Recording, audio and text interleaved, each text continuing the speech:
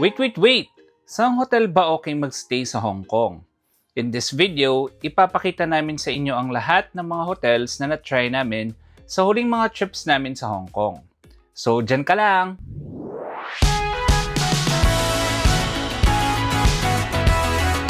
Hey there, poor traveler! We are Vince and Josh.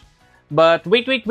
Before we begin, kung bago ka dito sa channel or hindi ka pa nakasubscribe, please take the time to subscribe muna and tap the bell icon and select all para lagi kang updated kapag meron tayong mga bagong informative videos.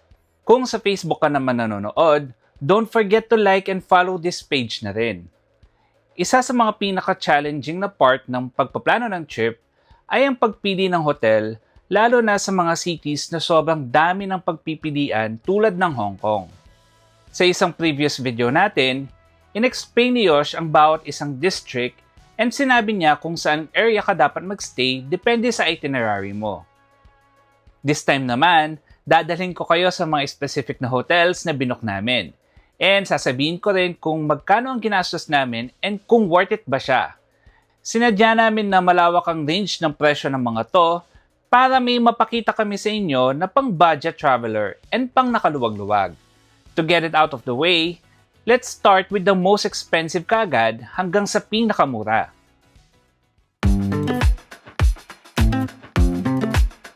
Ang Hong Kong Sky City ay ang reclaimed area sa tabi lang ng Hong Kong International Airport. And it harbors a cluster of upscale hotels. Isa na dyan ay itong Marriott. When searching online, you'll find it as Hong Kong Sky City Marriott Hotel.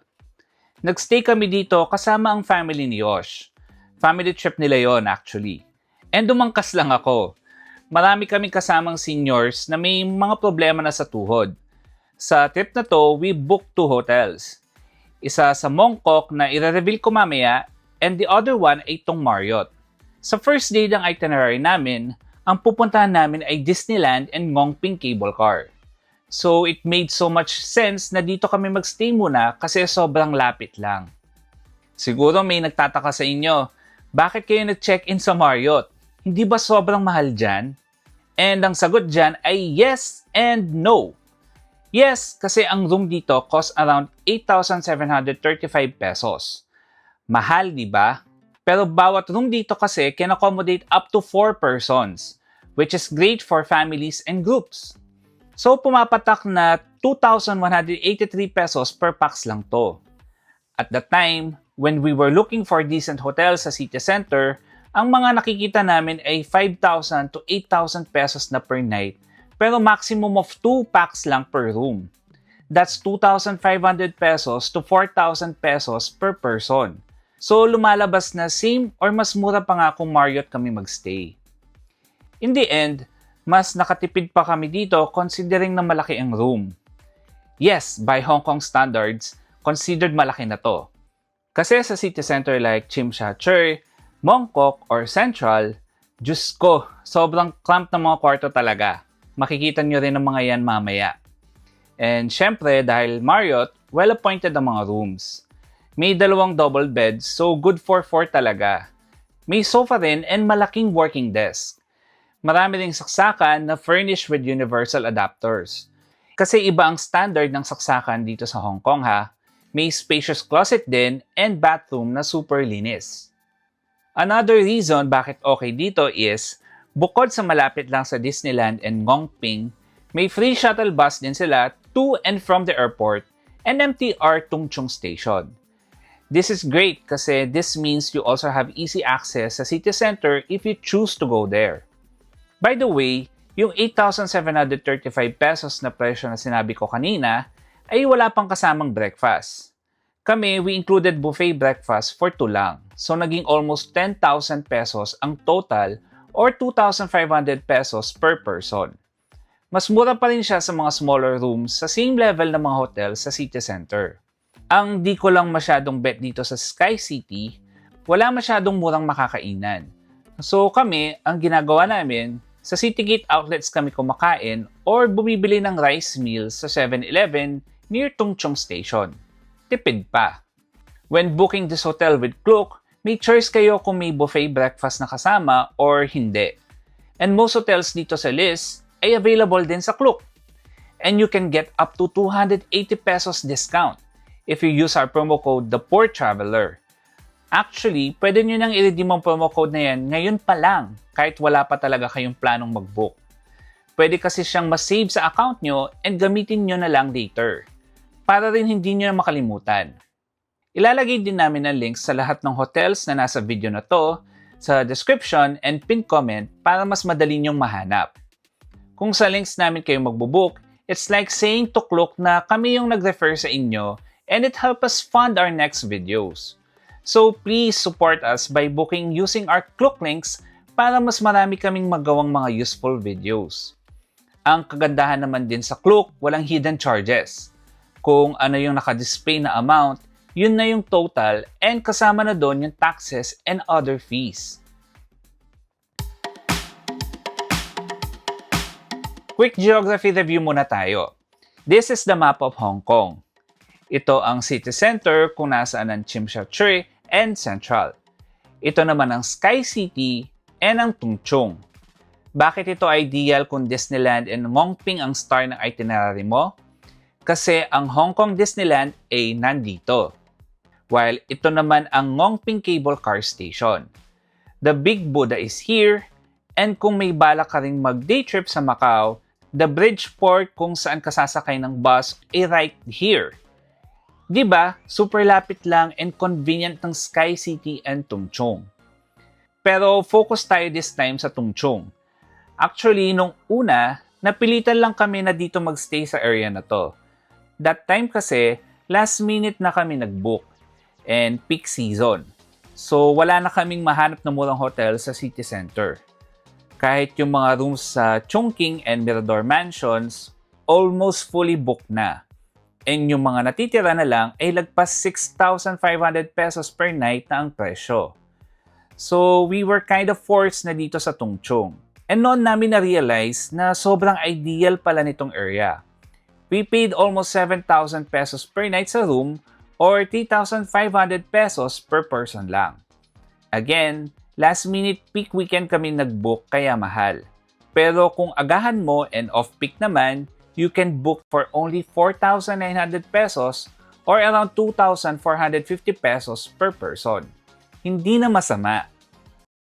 Like Marriott, ang ganda rin. Twin room ang binook namin. May enough space sa room and maaliwalas kasi glass yung buong wall. May flat screen TV, mahabang desk, malaking closet, and maraming saksakan. Spacious din ang banyo and may pa ring light sa mirror. And yes, may free shuttle bus service din every 30 minutes papunta sa airport and MTR Tung Chung Station. Pero tulad sa Sky City, ang disadvantage lang dito is walang masyadong murang kainan. Meron akong nakitang parang eatery sa tapat and may 7-Eleven din beside it na may tindang rice meals. Pwede namang bumili doon, tas sa room na lang kainin. Or kain ka na lang before ka bumalik sa hotel.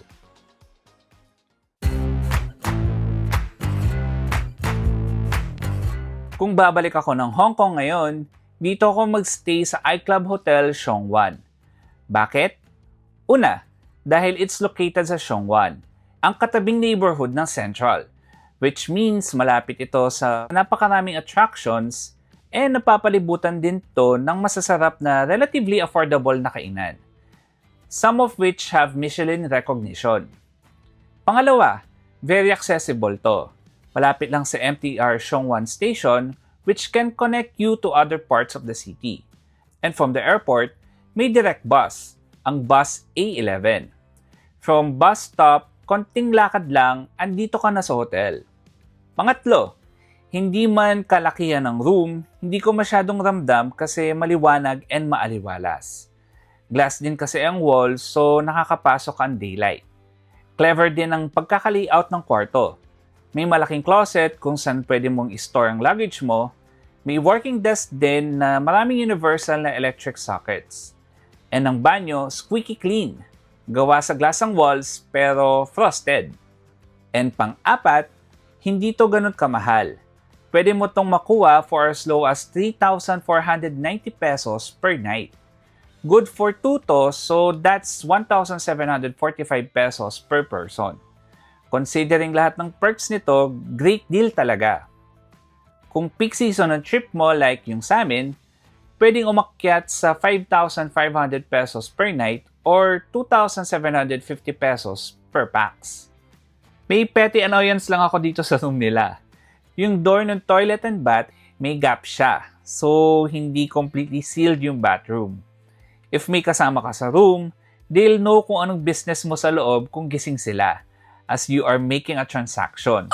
Pero other than that, sobrang okay nitong iClub Hotel Siongwan and kaya ko talagang ma-recommend confidently.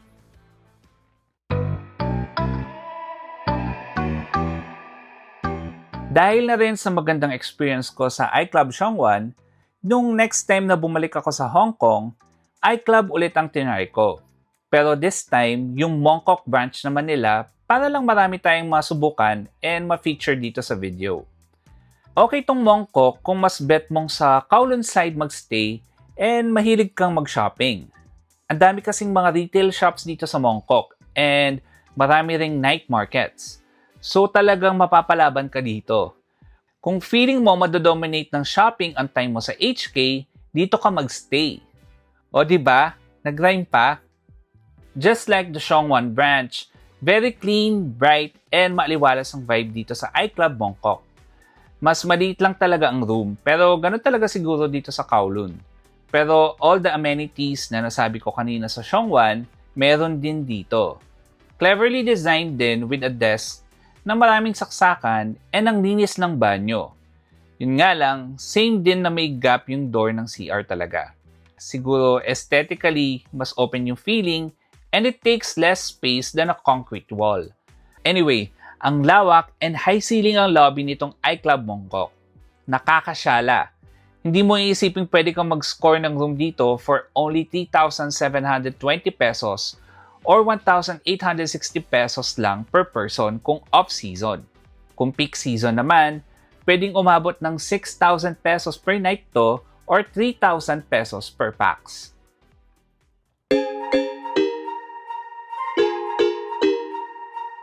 Ang huling property na i-feature natin for today's video is Victoria Inn. It's housed inside Mirador Mansion sa Tsim Sha Tsui. Itong Tsim Sha Tsui area ay paborito ng mga budget travelers dahil maraming mga murang accommodations. It's also here that you'll find the famous or infamous Chungking Mansions and ito nga ang Mirador Mansion. Itong dalawang to ay residential buildings. Pero marami sa mga units dito ay converted into guest houses for tourists. Marami kang mababasang conflicting reviews tungkol sa mga guest houses and inns dito sa dalawang buildings na to. May mga super napapangitan and meron din naman nagsasabing good deal siya. So ano ba ang totoo? Well, nakapag-stay na ako sa dalawang buildings na to 4 times over the years. And totoong busy, crowded, and overwhelming ang ground floor nila kasi it's occupied by various shops. Totoo rin na minsan, mahaba ang pila sa elevator. And pag umakyat ka, sa outdoor hallways, it's obvious that these buildings have seen much better days, to put it lightly. But as far as yung experience ko sa loob ng mga units, I always have a pleasant time. Itong huling stay ko nga here, I booked this Victoria Inn. Crampang room, as you can see, sagad na sagad ang kama sa wall, pero all the usual hotel provisions, meron din sila. May fresh in-room sleepers, may ref, may aircon, may hooks para sa towels and pants, and meron ding provided na adapter. May hot and cold shower din and complimentary toiletries. And even yung ibang inns na na-try ko before years ago, I never had a bad experience. Malinis lahat, walang bedbugs, and well-maintained. Not to invalidate yung experience ng iba ha, I'm just saying na sobrang daming accommodation establishments dito. And iba-iba ng management bawat isa. So naturally, iba-ibang experience na naghihintay sa'yo.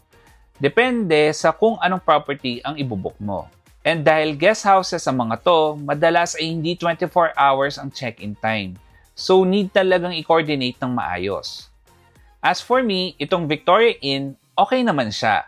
Wala kaming naging problem, considering na you can book this room for 2,380 pesos per night or 1,190 pesos per person kapag off-peak. Pwede na. Pero kapag peak, pwede rin niyang umabot ng up to 6,600 pesos per night. Kung pumapalo na sa ganon, book na lang kayo sa iClub whether sa Mongkok or Central or sa iba pang hotels. Kasi di na siya worth the price kapag ganon na kamahal. Pero to be honest, it will take me a long time bago ko ulit try magstay dito sa Tsimsha-Tsui area.